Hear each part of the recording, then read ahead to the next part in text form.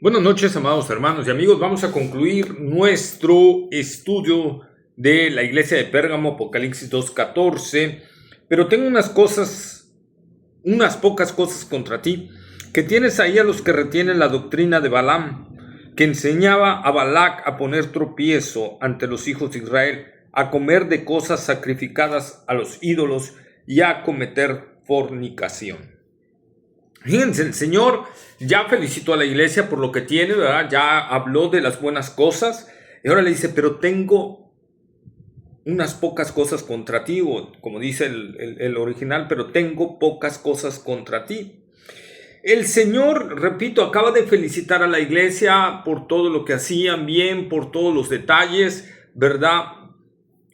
Obviamente nos muestra una vez más, como lo he dicho en las otras iglesias, cómo tenemos que ser como hermanos en Cristo cuando vamos a exhortar a alguien, el liderazgo, cómo tiene que ser como hermanos en Cristo cuando vamos a exhortar a alguien, los ancianos, cómo deben de ser cuando van a exhortar a alguien, los pastores, el tipo de liderazgo que tenga la iglesia, ¿verdad?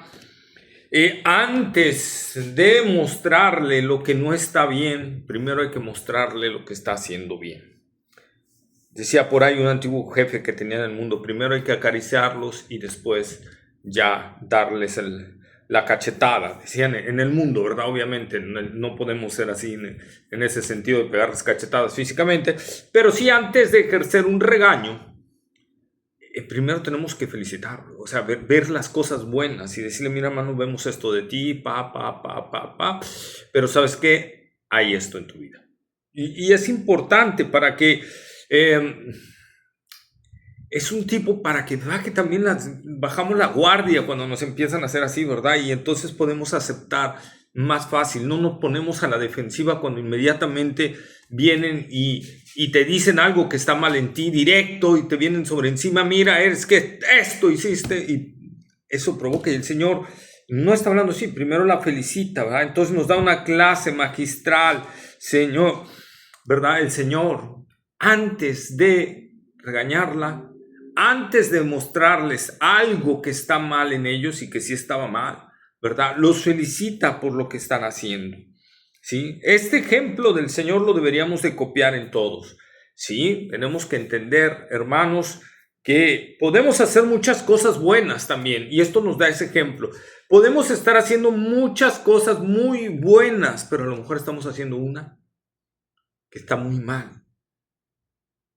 Y el Señor no es de aquellos que va a decir, bueno, como estás haciendo muchas cosas buenas, me voy a voltear y no voy a ver lo que esa cosa mala que estás haciendo. No, el Señor no es así. El Señor es santo, hermanos. Y si tenemos 5,000 cosas buenas, pero hay una cosa que estamos haciendo mal, el Señor nos va a decir, estás haciendo esto mal, corrígelo. Porque si no, voy a venir a ti. Fíjate, nos da tiempo para corregirlos, nos da tiempo para arrepentirlos. El Señor nos va a hablar de diversas formas y diversas maneras. Nos va a traer hermanos predicaciones, hermanos se van a acercar y nos lo van a decir, ¿verdad? Dios va a hablar por medio de su palabra, por predicadores, por ancianos, por hermanos, por la denominación. Dios nos va a hablar de una u otra manera que algo no está bien en nuestra vida y que tenemos que corregirlo. Y tenemos que ser lo suficientemente humildes para analizar y ver si es cierto lo que están diciendo de nosotros. Y si es cierto, entonces humillarnos delante del Señor, clamar al Señor para que nos dé ese corazón para arrepentirnos y salir de toda esa cosa. Tengo una poca cosa, o sea, tengo algo, solo hay algo muy poco en ti que me está fallando, que está destruyendo todo. Miren, hermanos, para serle infiel al Señor Jesucristo no tienes que hacer muchas cosas, con que hagas una, que a Él no le agrada, que quebrante un mandamiento, o que a Él no le agrade, o que a Él le moleste. Con eso ya estamos siendo infieles delante del Señor. No necesitamos hacer, puede ser una pequeña cosa, pero esa pequeña cosa nos puede ocasionar problemas. Recordemos Éxodo 34:14, porque no te has de inclinar a ningún otro Dios, pues Jehová, cuyo nombre es celoso, Dios celoso es. Ahí está, no te has de inclinar a ningún otro Dios. ¿sí? Nosotros lo podemos ver, ni ángeles, ni santos que murieron, no te puedes inclinar ante ellos porque nuestro Dios es celoso, Dios celoso es, ¿sí? Tenemos que verlo y analizarlo, hermanos. A veces platicando, porque ahorita hay mucho en las redes sociales donde dicen que los católicos nos dicen que los evangélicos somos ignorantes porque ellos no adoran a las imágenes, ¿no? Solo se inclinan, le piden. Y Dios dice que eso no puede ser. Simple y sencillamente. No te inclinarás a ellas, ni las honrarás. Ahí está. Pero ¿por qué Salomón tenía figuras dentro del templo, pero no se inclinaban ante ellas ni las honraban? Esa es la diferencia. ¿Por qué podemos tener fotos de papá y mamá? Porque no nos inclinamos ante ellas, ni las honramos, ni les estamos pidiendo, papá, ayúdame, papá, clama ante Jesucristo para que yo pueda. No estamos, no estamos haciendo eso, no creemos en eso porque Dios lo prohíbe, ¿verdad? Y entonces nosotros es lo que tenemos que ver. Tengo unas pocas cosas contra ti. ¿Qué eran las pocas cosas que tenía el Señor? Miren, eran dos cosas, pero en sí podríamos resumirlo en una, pero lo tenemos que ver en dos, obviamente. ¿Por qué una? Estaban tolerando las falsas doctrinas y a personas que las tenían dentro de la iglesia. Estaban tolerando a esas personas que tenían esas falsas doctrinas, las estaban tolerando que se reunieran con ellos, ¿verdad? Aunque no significa que permitieran que las enseñaran, ¿verdad? Una cosa es tolerar y otra cosa es aceptar, ¿sí? No aceptaban esa doctrina, pero toleraban que estuvieran con ellos. Hoy, en este siglo XXI, que hablamos mucho de la tolerancia, que tenemos que ser tolerantes, que en nombre del amor tenemos que aceptar a todos, que en nombre del amor tenemos que unirnos, ¿verdad? Y traer unidad, aunque traigamos doctrinas muy diferentes y todo ese detalle. El Señor dice, si son doctrinas falsas, no. Oye, pero también dicen ser de Cristo, ¿no? Los nicolaitas creían en Cristo, ¿sí? Los de la doctrina de Balaam creían en Cristo. Los judaizantes de Gálatas creían en Cristo. Y sin embargo, vamos a ver, hermanos, los judaizantes de Gálatas, Pablo, ¿verdad? Los reprende, les dice siervos de Satanás. Y hasta en Filipenses los llama perros, ¿sí? Y aquí el Señor vemos que le molesta, le enoja, aborrece esos detalles. El Señor no es ay, que mira, pero tiene falsas doctrinas. Ay, qué lindo, ay, qué bonito. Mira, no me gusta, pero te amo. No, hermanos, no. No hagamos del amor de Dios, ¿verdad? El amor de Hollywood. No mezclemos eso. Ese es un amor falso de Hollywood. Eso no es amor. Porque el verdadero amor se goza en la verdad, se goza en la santidad, se goza en lo bueno, ¿sí? Y obviamente se enoja, se aira en lo malo. No podemos ser tolerantes a las falsas doctrinas. No podemos llegar, si alguien dice que decretar y declarar es cristiano y que tú puedes mover la mano de Dios a lo que quieras, está equivocado. Porque está rompiendo un atributo de Dios y esa es doctrina fundamental. Dios es soberano. Dios es soberano. Nadie le dicta órdenes. Nadie le obliga a hacer cosas. Y esos cristianos que andan ahí decretando, declaran, yo declaro y decreto que se va a hacer esto. No es así. Es más, Jesús no nos enseñó a orar así. Ni vas a ver una oración de los apóstoles así en las escrituras, ni en el periodo de la iglesia hasta apenas hace poco que se mezcló la nueva era con el cristianismo. Iglesias toleraron que gente de este tipo estuviera en sus iglesias. Bien lo dijo y lo repito, ya lo dije en un estudio anterior. Creo que fue Jonathan Edwards el que lo dijo. Lo que una generación tolera, la siguiente lo abraza. ¿Sí? Entonces, ¿qué tenían? Que permitían a personas que retenían, que estaban convencidos de la doctrina de Balaam y a otras personas que retenían o estaban convencidas de la doctrina de los nicolaítas. No hacían nada. ¿Se acuerdan del apóstol Pablo en Corintio cuando había uno ahí que tenía a la esposa, a la mujer de su papá, ¿verdad? Y dijo Pablo, sáquenme a ese perverso de entre ustedes. O sea, les dio una orden apostólica, sáquenmelo ya. ¿Por qué lo tienen ahí dentro de la iglesia? Sáquenlo, porque si es cristiano, a la hora de que lo saquen, se va a contristar, el Espíritu Santo va a tratar con él, lo va a redarguir, lo va a humillar y se va a arrepentir de su pecado. Y si no, pues bueno, está demostrando que no era de Cristo, ¿va? Entonces, pero sáquenlo, no podemos permitir esa mancha ahí. Y lo mismo Pablo cuando llegaban los falsos maestros, hermano. Lo mismo los apóstoles cuando llegaban los falsos maestros a las iglesias, no lo permitían. Entonces, ¿por qué nosotros permitimos y toleramos hoy en día? Nos hemos vuelto más tolerantes. Es que Dios es tolerante, Dios es paciente y tenemos que ser pacientes. A ver, una cosa es ser paciente, ¿verdad? Pero no podemos permitir que en la iglesia se queden gente que está enseñando doctrinas falsas. No podemos hacerlo. ¿Sí? Y el Señor les está diciendo, yo no, yo aborrezco eso. ¿Sí? Y nosotros tenemos que ver esto. Ahora, repito, que retienen a los que tienen la doctrina de Balaam y que retienes a los que toleras a los que retienen la doctrina de los nicolaitas. Algunos comentaristas dicen que los nicolaitas son los mismos de Balaam. No. Aquí el texto claramente muestra que eran dos tipos diferentes.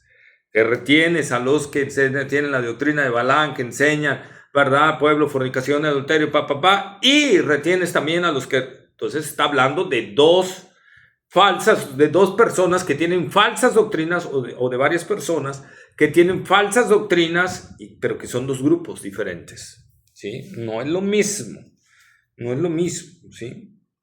No tendría caso que estuviera ahí mismo. En Éfeso algunos la confundieron, ¿verdad? Y decían que era de Balaam. Bueno, ahí no decía nada. Pero ahora que llegamos a Pérgamo, estamos viendo que sí hay una diferencia entre los que tienen la doctrina de Balaam y los que tienen la doctrina de los nicolaitas.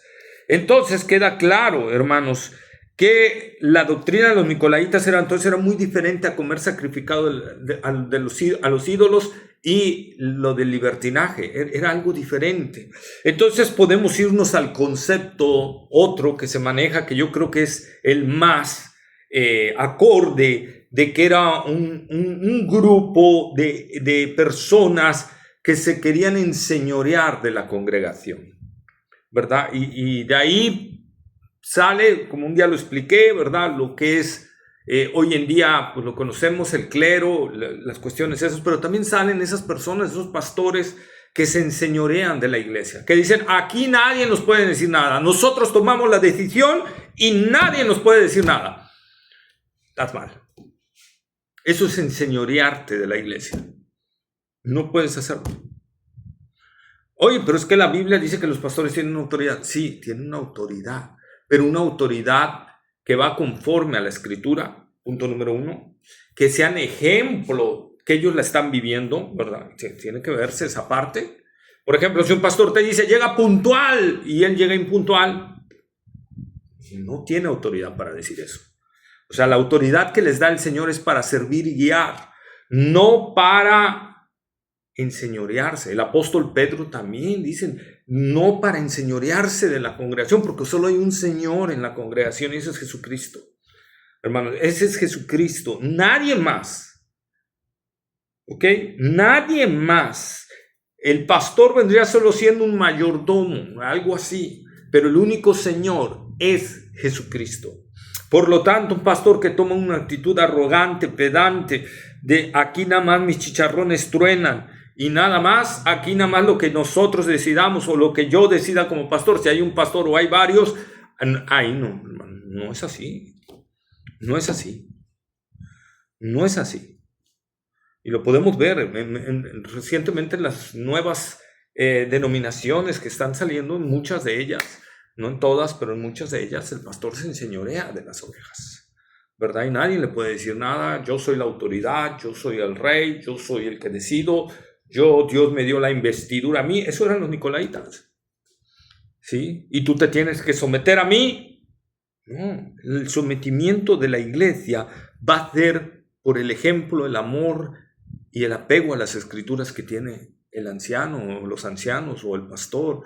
No sé qué haya en tu denominación, si pastor, obispo, ancianos, no sé, ¿verdad? Pero lo que haya, el tipo de liderazgo escritural, pues nosotros necesitamos ver qué es eso. Vean, inclusive el apóstol Pedro, como siendo apóstol, yo juntamente anciano con vosotros, se pone al mismo nivel de liderazgo.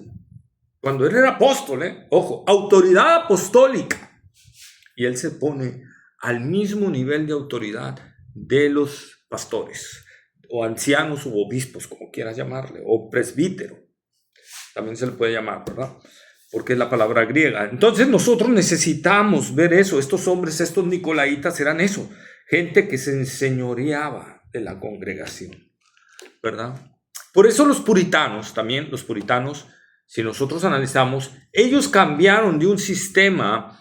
John Owen, John Bunyan, Richard Baxter, Thomas Watson, Thomas Brooks, todos esos puritanos se fueron saliendo de un sistema episcopal y de un sistema presbiteriano, no presbiteriano por la denominación, sino por el tipo de liderazgo, ¿verdad? A un sistema congregacional, hermanos, se fueron cambiando a eso. ¿Por qué? Porque así ellos cuidaban más su corazón, tanto como pastores. Eso hacía que no se pudieran enseñorear sobre la creación, sobre el corazón, porque hermanos, podemos hacerlo. Cuando alguien nos puede dar, te puedes enseñorear. Cuando sientes que tienes el poder, te puedes enseñorear y caer en ese rol. Y entonces, ¿qué hacían? El sistema congregacional es, sí, el pastor tiene autoridad, pero la congregación también. Entonces, ambos se someten. El pastor, la congregación se somete al pastor, pero a la vez el pastor se somete a la congregación, ¿verdad? Y entonces ambos tienen autoridad, ¿sí? El pastor tiene la autoridad para exhortar, animar, predicar, ¿verdad? Llamar la atención en cuestiones de la palabra, de vidas que estén mal y todo eso. Y la congregación también puede llamarle la atención al pastor, ¿verdad? O los pastores, si hay algo que no está bien en su vida, si no están poniendo bien atención a la palabra, si están descuidando la palabra, la oración. La iglesia también le puede decir, hey, necesitas corregir esto. Te vamos a dar tanto tiempo para corregir esto, ¿verdad? La congregación también puede exigir. Y por eso se cambiaron a eso y ellos lo aceptaron. ¿Por qué? Porque eso cuida también el corazón del pastor. Cuando alguien tiene poder absoluto, termina en deterioro, y eso fue lo que fue ocasionando también lo que hoy conocemos como el sistema de clero. Cuando la congregación no les puede poner freno, pasa eso. Repito, la autoridad de un pastor emana de la Escritura. Nada más lo que se apegue a la Escritura, hermanos, lo que habla la Escritura. Y más de eso, creer eso es autoritarismo, no es autoridad, es autoritarismo. La autoridad real la tiene el Señor. Y recuerden, pastores, ustedes van a rendir cuentas delante del Señor. Si se enseñorearon de las ovejas, el Señor los va a reprender duramente. ¿Sí? La doctrina de Balaam, bueno, la conocemos, Balaam, ¿verdad? Cómo quiso maldecir al pueblo porque le daban plata y quería ir, pero Dios no lo dejó, ¿verdad? Y tuvo que bendecirlo, pero vio que quedó en mal con sus benefactores, ¿verdad? Y entonces, pues él no podía quedar mal, porque si no su fuente de ganancia se le iba. Y entonces, ¿qué hizo? Les enseñó cómo. No iban a poder maldecirlos, pero cómo sí iban a poder hacer que el Dios de Israel se volteara contra ellos y así poderlos derrotar. Esa no es una realidad. Eso es lo que enseñó Balaam a Balac, a poner tropiezo a los hijos de Israel. ¿Para qué? Para que Dios se enojara con ellos, Dios peleara contra ellos y entonces fueran fácilmente sometidos. Y esa es la doctrina de Balaam. ¿Qué hace Balaam? Pues por lanita, a mí no me importa, ¿verdad? Yo me hago del oxiso, yo lo que quiero es dinero. Y hoy desgraciadamente vemos eso en muchos pastores. No hablemos de las religiones falsas, ¿verdad? Eso es ya otra cosa. Tienen bancos, tienen todo, mundiales y muchas cosas. Y luego se quejan del sistema de pastores que se enriquecen y todo, pero pues ellos tienen un banco mundial o varios bancos mundiales, son de las religiones más ricas del mundo, etcétera, etcétera. Pero nosotros no nos hacemos de la vista gorda, y eso es lo que debe de hacer la diferencia nosotros como cristianos, hermanos. Denunciar cuando algo está mal, ¿sí? Y lo denunciamos. Hay muchos pastores que se enriquecen, que venden el evangelio por dinero, que venden las almas por dinero. Esos son los de Balaam, que por obtener dinero no les importa torcer la doctrina, no les importa nada, por tener a la gente ahí no les importa. No tienen conciencia para con el Señor. Dicen servir al Señor, pero sirven a Satanás realmente. Ellos creen servir al Señor, pero están sirviendo a Satanás y a sus bolsillos. Y esa es la realidad, ¿verdad? Eso no podría ser mal.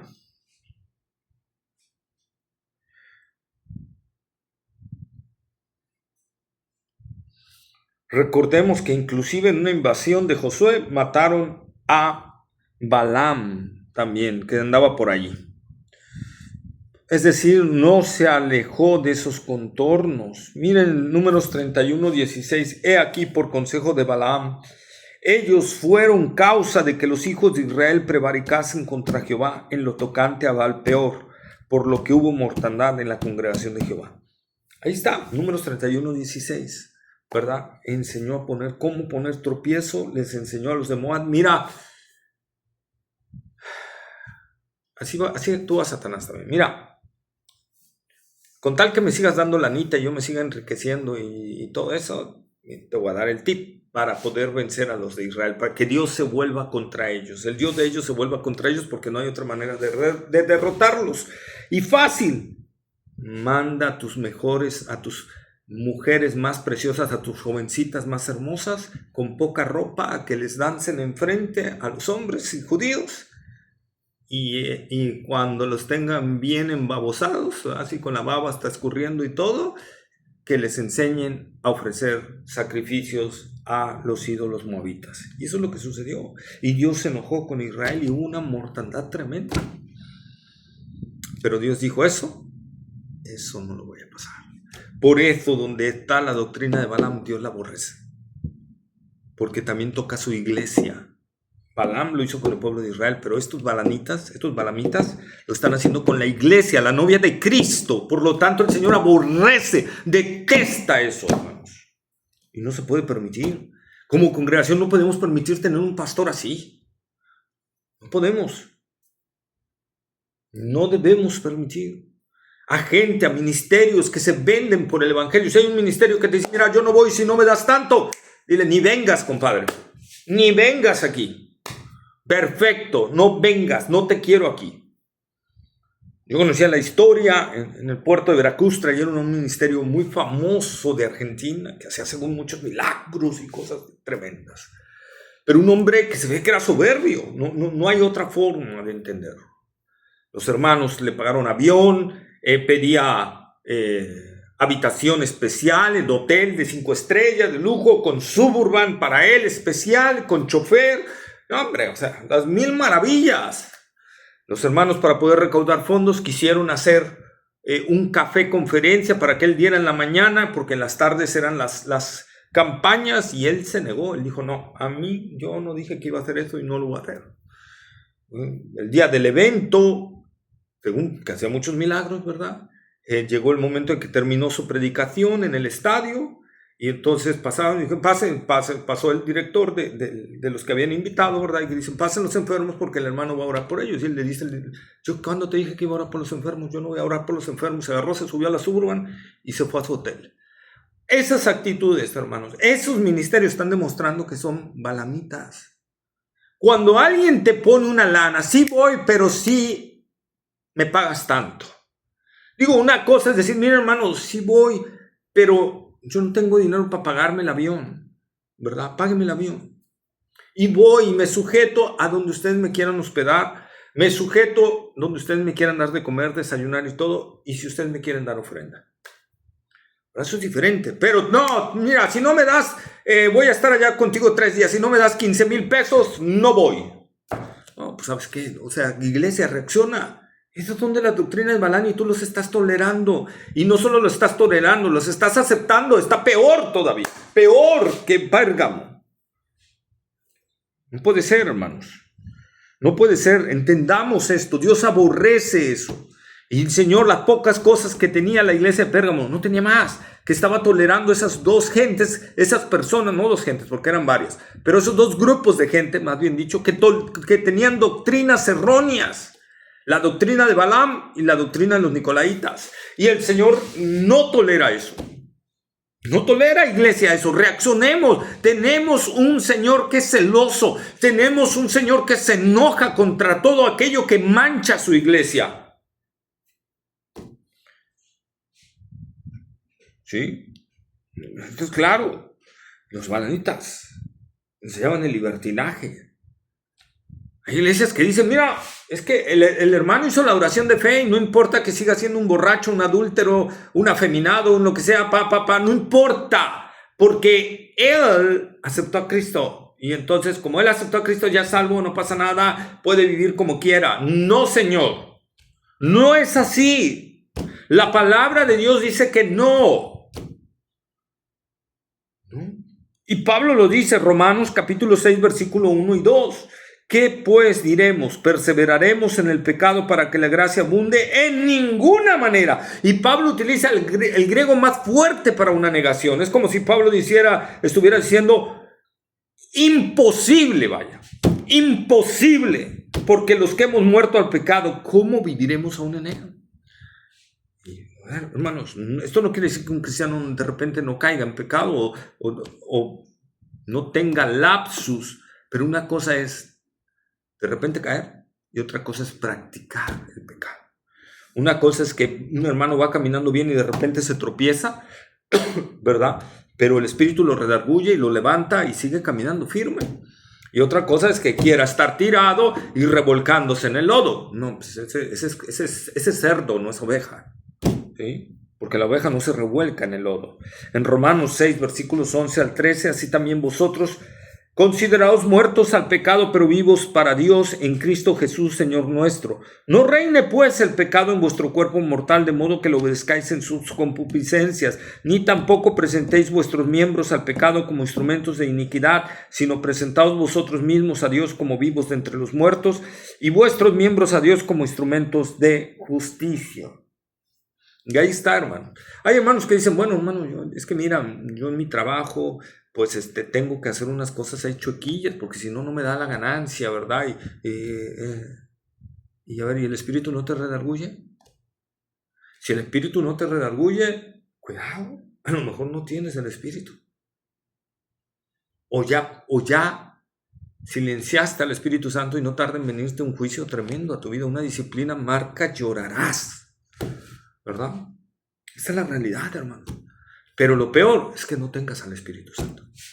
Eso es lo peor, porque eso significa que no eres hijo de Dios, aunque tú estás creyendo que eres. Y te debieras de dar cuenta que no eres hijo de Dios cuando estás haciendo algo mal y el Espíritu no te está redarguyendo. Bueno, es que Dios sabe que necesito estafar a fulano de tal, porque necesito para pagar los gastos. Porque se me vence la tarjeta de crédito y necesito, pues, tengo la oportunidad de estafar a este y lo voy a hacer. Pues, que Dios nos perdona, al fin y al cabo, ¿verdad? No, hermano, no es así. El que es salvo, en verdad no pierde su salvación, lo creo firmemente, pero un salvo no hace eso. ¿Verdad? No hace eso. Un salvo consciente que diga, bueno, pues Dios sabe, lo voy a hacer y al rato me arrepiento, no pasa nada. ¿Verdad? No, hermano, oí un pastor, inclusive, oí unos hermanos que siendo un pastor que lo oyeron, ¿verdad? Yo no lo oí, claro. Pero que dijo, si alguien viniera y me amenazara de muerte de esos terroristas y todo, niega a Cristo, te matamos, yo lo niego, ¿verdad? Y ya cuando se vayan y me dejen, le pido perdón al Señor. Y yo le digo, sí, chido. ¿Sabes qué va a pasar? Que no se va a arrepentir. Si lo está haciendo desde ahorita, que no tiene eso, que lo está planeando así, eso demuestra que no está en Cristo Jesús. sea pastor, sea el título que tenga, presidente de la convención o de la convención que sea. ¿Sí? No importa, hermano. Así sea de la convención más grande de todos los evangélicos, no importa. No importa. No tiene a Cristo. Si alguien se atreve a decir eso, no tiene a Cristo, hermanos. ¿Sí? Bueno, mira, pues me están pidiendo que tengo que alterar los materiales y todo para poder sacar la ganancia, ¿verdad? Pues lo voy a alterar. Porque Dios sabe que necesito yo sacar la ganancia. No, Dios sabe, no. Eso quieres hacerlo tú por tu egoísmo y te va a traer grandes consecuencias. Fíjense con lo que dice el apóstol Juan en 2 de Juan, capítulo 1, versículos 9 y 11. Cualquiera que se extravía y no persevera en la doctrina de Cristo no tiene a Dios. El que persevera en la doctrina de Cristo, ese sí tiene al Padre y al Hijo. Si alguno viene a vosotros y no trae esta doctrina, no lo recibáis en casa ni le digáis bienvenido, porque el que le dice bienvenido participa en sus malas obras. Sí, bienvenido, congrégate aquí, no hay problema. No te vamos a molestar, vamos a tolerar tu doctrina. No se puede, hermanos, no se puede. Si trae doctrina chueca, no se puede. Puede pasar lo inverso, que la iglesia esté en una doctrina chueca, ¿verdad? Y que llegue alguien que trae una doctrina buena, pues lo bueno sería que esa iglesia lo tuviera ahí y de repente le diera permiso de predicar para llevarlo buenas doctrinas. Pero es difícil, hermanos, que una iglesia que tiene doctrinas torcidas tolere a un hermano que tiene una doctrina buena. Más, se le van a ir encima. Se le van a ir encima porque va a ser una ofrenda para ellos tenerlo ahí, ¿verdad? Ellos sí no van a tolerar eso. Ellos sí no lo toleran. No son tolerantes. Ellos nos piden ser tolerantes, pero ellos no son tolerantes en ese sentido. Está como lo que vemos hoy ahorita con el arco iris, ¿verdad? Que no me gusta poner porque el arco iris es algo importante del Señor, pero ellos piden tolerancia, pero ellos no son tolerantes, ¿verdad? Entonces, esa es la parte, hermanos, que nosotros tenemos que ver. Eso es una realidad. Muchas veces el que pide tolerancia es un intolerante. Simple y sencillamente. Pero dice, no le digáis ni bienvenido, porque vas a participar de sus malas obras. Y eso es lo que el Señor le estaba diciendo a la iglesia de Pérgamo. Estás participando de eso. Aunque no lo estés aceptando, estás participando de eso. Y se aplica a cualquier tipo de falsa doctrina, hermano. El mandamiento es no recibirlos, ni darles la bienvenida. Obviamente doctrina fundamental. Estoy hablando no de doctrina secundaria, hermano, sino de doctrina fundamental. El mandamiento es no recibirlos, ni darles la bienvenida. Una iglesia que recibe a falsos maestros o de congregaciones de falsas doctrinas, ¿verdad?, que quieran seguir reteniendo su doctrina, no les podemos dar la bienvenida, ni aceptarlos, ni meterlos en la comunión. Fíjense, creo que fue Policarpo, me corrigen aquí en los comentarios. Fue Policarpo el que no permitió a un emperador o un gobernador entrar a la iglesia. Le dijo, tú eres un pagano y mientras no te arrepientas no vas a entrar a esta congregación, y se le paró en la puerta, no dejándolo pasar. ¿Cómo eran los ministros de antes, los ancianos, que en verdad, hermanos, los pastores, que en verdad se oponían a todo ese tipo de detalles? Juan el apóstol, ¿verdad? La tradición en escritos antiguos, que no son parte de la palabra de Dios, escribe que Ireneo redacta una parte donde Policarpo le contó a Ireneo, ¿verdad?, que el apóstol Juan estaba en Éfeso, se iba a entrar a los baños públicos, ¿verdad?, pero ahí estaba un hombre que era el padre o tenía la doctrina raíz de lo que hoy conocemos con el gnosticismo, ¿verdad? Estaba ahí dentro. Y cuando Juan lo vio que estaba ahí adentro, salió corriendo y dijo, salgamos todos los cristianos de aquí porque te puede caer este lugar. Juan entendía eso. Algunos decían, ay, qué exageración de Juan. No, Juan entendía que Dios de repente en cualquier momento puede ejecutar un juicio tremendo, y si hay un cristiano ahí, se lo va a llevar también, hermanos, porque está tolerando ese detalle. Cuando el Señor dice no, Juan era ahí está, el apóstol amoroso que hablamos, es el que se recostaba al pecho de Jesús y todo, sí, pero tenía tanto el amor de Dios que aborrecía lo que Dios aborrece. ¿Sí? Esa es una realidad. No tenemos que tener comunión constales. Eso es nosotros. Y el líder, ya lo vi, se llamaba Cerinto se llamaba así. Así vemos que Juan vivía lo que enseñaba. Eso es autoridad. Hermanos, vivía lo que enseñaba. Eso es autoridad. ¿Sí? Un caso bíblico de nicolaísmo quizá sería el de Diótrefes, o más bien sería como el de Diótrefes. Tercera de Juan, capítulo 1, versículos 9 y 10. Diótrefes ya había tomado el poder absoluto. Diótrefes significa alimentado por Júpiter, ¿verdad? Él tenía no dejaba, ¿verdad?, recibir a los enviados por los apóstoles, ni permitía que ninguno de la iglesia los recibiera. Y si lo recibían, los expulsaba. Ahí vemos ese autoritarismo.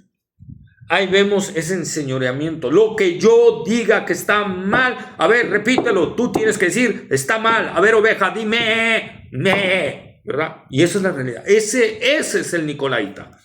Aquí no tomamos en cuenta nada. Aquí es lo que nosotros digamos. No, eso es nicolaísmo, hermanos. Eso es nicolaísmo y tenemos que tener cuidado. ¿Sí? Diótrefes, ahí está, una actitud. La actitud que debe tener un obispo, por ejemplo, el apóstol Pablo en Hechos 20, capítulos 26 al 28, por tanto yo os protesto en el día de hoy que estoy limpio de la sangre de todos, porque no he rehuido anunciaros todo el consejo de Dios. Fíjate lo que dice el apóstol Pablo. He oído de pastores, y es que yo no doy estos temas porque son controversiales y que puede ofender a algún hermano. Hermano, eso es cobardía. Eso no lo defines de otra forma. Eres cobarde. Pablo aquí dice, no rehusé a daros todo el consejo de la palabra de Dios. Si les ofendió, ni modo, maestro. ¿Sí? Si te decidiste irte de la iglesia, mucho gusto, adiós. ¿Verdad? Porque es que aquí es una iglesia que le falta el amor, no entienden, me tienen que dejar creer en lo que yo quiera. No, Señor, no es así. ¿Sí? Nosotros estamos viendo ahí, estoy limpio de la sangre de todo porque no enseño todo el consejo. Por tanto, mirad por vosotros mismos y por todo el rebaño en que el Espíritu Santo os ha puesto por obispos para apacentar la iglesia del Señor, la cual él ganó por su propia sangre. Para apacentar, no para enseñorearte. Para apacentar. Fíjate lo que significa apacentar, hermanos, ¿verdad? Llevarla, darle el alimento. Por eso un obispo que no se prepara con tiempo para dar la predicación o la exposición o la enseñanza, hermanos, está fallándole a Cristo. Y está fallándole a la novia de Cristo. Dos problemas bastante graves. Porque Cristo con su novia es especial. Hermanos, no fallemos a eso, tengamos mucha confianza. Apocalipsis 2:16, por tanto, arrepiéntete, pues si no vendré a ti pronto y pelearé contra ellos con la espada de mi boca. El Señor manda a la iglesia a tomar acciones serias contra su tolerancia y ejecutar acciones severas para corregir ese desastre que tenían. ¿Sí? Para corregir esa contaminación, para sacar esa contaminación de la iglesia. El llamado del Señor es arrepiéntete, porque si no, vendré a ti pronto. ¿Sí? Y aquí nos hace recordar, ¿verdad? Como cuando la tribu de Judá permitió la adoración de Baal y Acera, que estuviera dentro de la casa de Dios. Y Dios les mandó que se arrepintieran. Y Dios les habló, no se arrepintieron. Vino Babilonia y los llevó al exilio. Y fue algo tremendo para ellos. Y dice el apóstol Pablo, ¿verdad? Estas cosas se escribieron para nuestra enseñanza. Hermano, lo que le pasó a Judá, le puede pasar a la iglesia de Cristo. Le puede pasar a una iglesia local. Le puede pasar a una denominación. Tengamos cuidado. Con Dios no se puede jugar. Lo que Él dice no debe de ser esto. Yo no tengo por qué decir, mira, Señor, te voy a enseñar porque creo que tú no entiendes bien esto del amor, la tolerancia. Te voy a enseñar, Jesús, cómo hay que ser tolerantes y cómo hay que ser amorosos. Hoy en día parece que eso es lo que se maneja tristemente en muchas denominaciones, si no es que en la gran mayoría. Vendré a ti. En el original es estoy en camino. Arrepiente rápido porque ya voy. O sea, es como cuando te habla tu jefe. Oye, ¿qué estás haciendo? Bueno, no, sí, ya. Bueno, pues si no estás haciendo nada, ponte a hacer algo porque ya estoy llegando a la oficina. ¿Verdad? Así, o sea, a ver, ya estoy en camino. Arrepiéntete porque ya voy. O sea, manda una acción inmediata porque ya está en camino. Fíjense, el Señor advirtiendo, porque Dios no desea, la verdad, Dios no desea castigar, enjuiciar a su iglesia. Y por eso le manda, aunque el Señor ya iba en camino, hacia el juicio ya iba en camino, el Señor manda todavía el tiempo para arrepentirse de la iglesia. Dice, y pelearé contra ellos con la espada de mi boca. La idea que trae es la espada desenvainada, como el ángel, ¿verdad? ¿Se acuerdan lo que retenían ya las doctrinas de Balaam? La espada desenvainada del ángel, ¿se acuerdan cuando iba a matar a Balaam? Que la burra se le detuvo y todo eso, y lo apretó, y los azotes. Bueno, es lo que está diciendo el Señor. Esperamos que no seamos como Balaam, y que tampoco seamos como la burra, pero al menos que fuéramos como la burra. Pero bueno, hermanos, ahí está lo que nosotros está hablando, y lo que significa es que viene un juicio severo. Eso es lo que está diciendo contra los que profesan esas doctrinas. Pero ese juicio, porque el Señor dice, vendré a ti pronto y pelearé contra ellos. Y eso significa, hermanos, que las consecuencias de lo que va a hacer el Señor con esos dos va a afectar a la iglesia. La va a afectar fuerte. ¿Sí? Lo que el Señor va a traer para sacar a esos hombres de ahí iba a afectar fuertemente a la iglesia, la iba a dañar fuertemente. Por eso les está advirtiendo y les está llamando a que ellos tomen la acción de sacarlos. Como el apóstol Pablo, repito, ahí está otra evidencia. Sáquenme ese perverso de la iglesia, échenmelo ya, fuera. Hermanos, la iglesia de Corinto toleraba muchas cosas, varios detalles, y eso repercutía en la Santa Cena del Señor. Y Pablo también les hace recordar a los corintios, ¿verdad? Por eso algunos de ustedes están enfermos y otros Dios les quitó la vida. O sea, tus días fueron acortados. El plan de Dios no era enfermarte, pero tu desobediencia, tu vida, Dios tuvo que hacerlo. ¿Sí? Porque si no, comemos juicio, tomando la Santa Cena indignamente. Dice la palabra de Dios que tomamos juicio para nosotros. Qué difícil, es como si estuvieras, mira, cianuro, ¡ay, qué rico! ¿verdad? Algo así. Apocalipsis 2:17, el que tiene oído, oiga lo que el Espíritu dice a las iglesias. El que tiene oídos para oír, oiga. Oídos para oír, hermanos. ¿Cómo tenemos que orar al Señor? Tenemos que orar y pedirle, Señor, dame oídos para oír, dame ojos para ver. Muéstrame, como el salmista decía, examíname, oh Dios, y conoce mi corazón, pruébame y conoce mis pensamientos, y ve si hay en mí camino de perversidad, y guíame por el camino eterno. El salmista estaba diciendo, a lo mejor yo creo que estoy por buen camino y estoy errado. ¿Sí? Al hombre le parece ir por un buen camino, pero va por camino de maldad a veces. No sabe. ¿Sí? Oiga lo que el Espíritu dice a las iglesias. ¿Sí? Y esta frase, como lo hemos visto, se repite en todas las congregaciones, hermanos. Algunas antes de la promesa y otras después de la promesa. ¿Sí? Pero es clara la manera que debemos interpretar esta carta. Nosotros tenemos que tomar acciones sobre el pecado, sobre las falsas doctrinas y sobre todo eso, hermanos. Sí, tenemos que analizarnos para ver si no estamos en esto. Por eso necesitamos entender, necesitamos de la gracia de Dios para ver nuestros propios errores, nuestros propios pecados, nuestras propias deficiencias. Y 2, teniendo un deseo ardiente por la verdad. Hermanos. 3, orar y clamar a Dios para que nos ayude, nos dé de su gracia y poder. Por eso dice: acercaos confiadamente al trono de la gracia para alcanzar misericordia y hallar gracia para el oportuno socorro. Nosotros tenemos que ver esto, hermanos. Muy importante. Al que venciere daré a comer del maná escondido y le daré una piedrecita blanca, y en la piedrecita escrito un nombre nuevo, el cual ninguno conoce sino aquel que lo recibe. Ahí está la promesa: al que venciere daré a comer del maná escondido. ¿Qué significa esto? Hay diferentes versiones, hermano. La verdad, me es difícil darte algo porque no hay algo conciso. Quizá se pueda referir a las bodas del Cordero, que ahí vamos a comer un maná especial, ¿verdad? Los que venzan van a estar en las bodas del Cordero.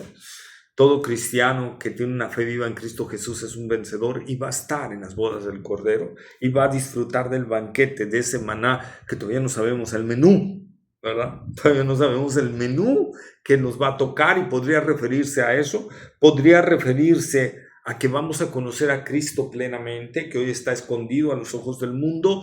Puede referirse a eso porque Él es el pan de vida, Él es el maná que descendió del cielo, ¿verdad?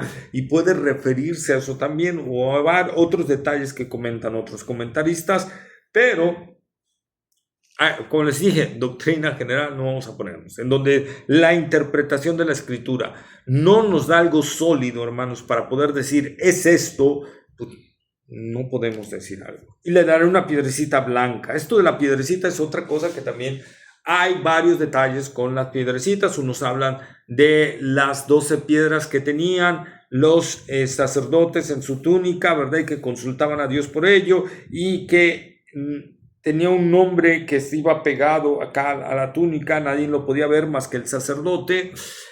Cada piedrecita tenía un nombre de la tribu, nadie sabía a qué piedrecita le tocaba a cada tribu más que el sacerdote. Así que ahí está, hermanos, podría referirse a eso, podría referirse también a que en los tribunales, ¿verdad? Y en esas ciudades también se le daba una piedrecita negra en un juicio al que era culpable y una piedrecita blanca al que era inocente. Entonces podría referirse a eso, pero repetimos, hermanos, no hay algo conciso. Lo he buscado, lo he tratado de indagar, no lo he podido encontrar, ¿verdad? Y algunos dicen, no, es esto categóricamente. No hay algo que sea categórico porque en el contexto de la epístola no hay algo que tenga que ver plenamente con esto. Por algo el Señor nos está diciendo, estoy orando, y si el Señor me lo muestra más adelante, pues con citas bíblicas y eso se los daré, ¿verdad? Obviamente no que me lo muestre, ay, miren, es que yo tuve esta revelación, y no, que venga de la palabra, o cuestiones que encontremos, ¿verdad? A lo mejor escritos antiguos de ese tiempo de Pérgamo, que era una piedrecita blanca, o un detalle. Nosotros tenemos que ver eso y analizarlo, hermanos, porque tenemos que ser vencedores, independientemente de lo que sea el maná escondido y de lo que sea la piedrecita blanca, ¿verdad? Tenemos que ser vencedores en Cristo Jesús, porque eso demuestra que nuestra fe es auténtica. La realidad. El que persevera hasta el fin, este será salvo, no porque la perseverancia me haga salvo, sino que la perseverancia es un fruto de una auténtica salvación, de una auténtica fe. Entonces, eso es lo que tengo que ver. Hermanos, ¿estamos tolerando falsas doctrinas? ¿Estamos tolerando a falsos maestros? Miren, ahorita con la cuestión de las redes sociales, y quiero finalizar con eso, con la cuestión de las redes sociales hoy en día, muchos cristianos de falsas doctrinas están oyendo a pastores de falsas doctrinas. Oye, es que mira, este bullón es muy bueno, y que lo están oyendo, y que de repente Cash Luna, y que de repente y que de repente el otro, y ni siquiera saben si son de sana doctrina y los están oyendo. No los han analizado, no se han dedicado a ver si es alguien que predica la sana doctrina bien y todo, y lo están escuchando. Y eso es tolerar, inclusive más allá, hasta aceptar. Y tengamos mucho cuidado, porque ya vimos el Señor en Pérgamo, toleraba, porque toleraban, no que aceptaban, toleraban. El Señor lo que les dijo, voy para allá para pelear, voy ya contigo, voy ya a visitar la iglesia, voy a ir contra ti y voy a pelear contra esos, pero mi pelea contra esos te va a salpicar a ti y te va a doler. Y ese es el llamado, hermanos, a ti, hermano, que estás viendo videos de cristianos, de hombres o maestros de la palabra, o pastores de falsas doctrinas, y que estás allí escuchándolos. ¿Qué haces escuchando a esos hombres? El llamado del Señor es: no los toleres, ni mucho menos los aceptes, porque yo voy a pelear con ellos, pero te va a salpicar a ti. Entonces, tengamos cuidado, meditemos en esto. Cualquier duda o comentario, con confianza me lo dejan aquí en los comentarios, y en cuanto pueda se los contesto. Muchas gracias, Dios les bendiga, hasta luego.